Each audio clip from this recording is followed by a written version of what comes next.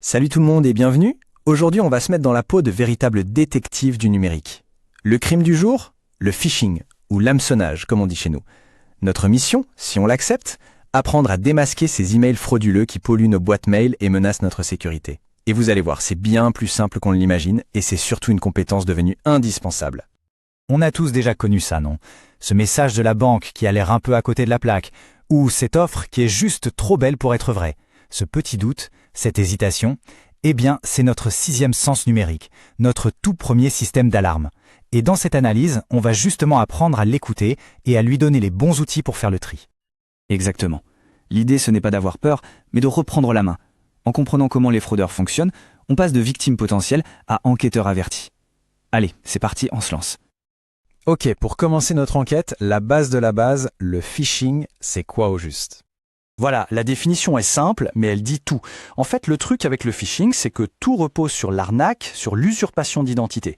Un cybercriminel enfile le costume d'une marque ou d'une personne de confiance pour nous faire mordre à l'hameçon et lui donner nos infos les plus précieuses. C'est un vrai jeu du chat et de la souris où notre meilleure arme, c'est la vigilance. Bon, mais concrètement, pourquoi s'embêter à devenir ce détective? Parce que l'analyse, ce n'est pas juste une réaction, c'est une vraie stratégie pour avoir un coup d'avance. En développant ce réflexe, on apprend à repérer les signaux d'alerte, à blinder nos données et même à savoir quoi faire si, par malheur, un incident arrive. C'est une compétence qui va servir partout, que ce soit pour ses infos perso ou au boulot. Allez, on passe à la pratique. Premier terrain de jeu pour notre enquête, l'entête de l'email. C'est là que les premiers indices cruciaux se cachent. Faut bien comprendre que l'entête, ce n'est pas juste le nom de l'expéditeur qu'on voit en gros. C'est carrément le passeport technique de l'email. Il nous dit d'où il vient vraiment, par quelles étapes il est passé, et surtout s'il est authentique.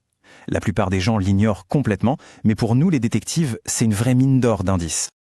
Et la bonne nouvelle, c'est que c'est super facile à trouver. Que l'on soit sur Gmail, Outlook ou autre, c'est toujours accessible en 2 ou 3 clics. C'est vraiment la toute première chose à faire quand un email nous paraît louche.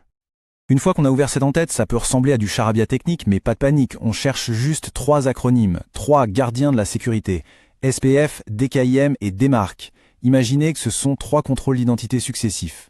SPF vérifie si l'expéditeur a bien le droit d'envoyer un email depuis ce nom de domaine. DKIM, c'est une signature numérique qui garantit que le message n'a pas été trafiqué en route. Et DMARC, c'est le chef de la sécurité qui dit quoi faire si l'un des 2 premiers contrôles échoue. Le moindre fail qui apparaît à côté de l'un d'eux, c'est alerte rouge directe. Et en fait, il y a même un truc encore plus simple à faire avant de plonger dans la technique. Est-ce que l'adresse dans le champ 2 semble correcte? Et surtout, point hyper important, si on cliquait sur « Répondre », est-ce que l'adresse qui apparaît dans le champ « Répondra » est la même, ou est-ce une adresse complètement bizarre qui n'a rien à voir? C'est un grand classique, les arnaqueurs comptent sur le fait qu'on va lire en diagonale et ne pas voir la supercherie. Ok, maintenant on aborde la zone de tous les dangers, les liens et les pièces jointes. C'est là, bien souvent, que le piège est prêt à se refermer. Cette comparaison est parfaite pour comprendre le jeu des fraudeurs. À gauche, sur un lien de confiance, le vrai nom de domaine, votrebanque.com, se trouve juste avant le .com, c'est le cœur de l'adresse. Maintenant, regardez à droite. Le vrai site, c'est ce qui est juste avant le .com, donc ici, login-xyz.com. Votre banque n'est qu'un sous-domaine, une étiquette pour nous tromper. L'autre piège classique, c'est la faute de frappe subtile, comme un 0 à la place du O. Notre cerveau lit vite et corrige de lui-même. Mais le détective, lui, il prend le temps de tout vérifier. Alors, la question à 1 million. Qu'est-ce qu'on fait face à un lien suspect? Règle numéro 1, gravée dans le marbre, on ne clique pas. Jamais, au grand jamais. On fait un clic droit dessus, on choisit copier l'adresse du lien, et ensuite on va coller cette adresse dans un outil en ligne comme VirusTotal ou urlscan.io. Ces sites sont comme des laboratoires sécurisés. Ils vont analyser le lien pour nous et nous dire s'il cache quelque chose de dangereux. Et pour les pièces jointes, c'est encore plus simple. Et la règle est absolue.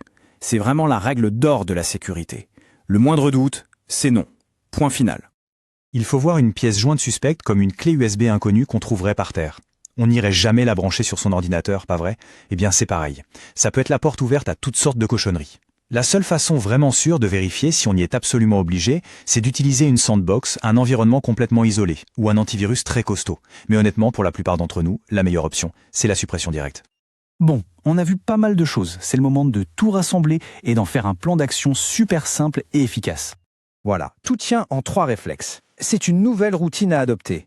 1. On joue au douanier, on vérifie les papiers de l'email sont en tête.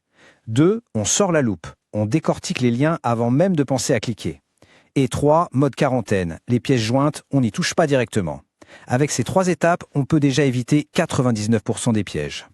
Au final, si on devait tout résumer en une seule phrase, un mantra à se répéter, ce serait celui-là. Avant de cliquer, on analyse. Et s'il y a le moindre doute, on supprime. C'est ce petit temps de pause, ce réflexe d'analyse avant l'action qui change absolument tout.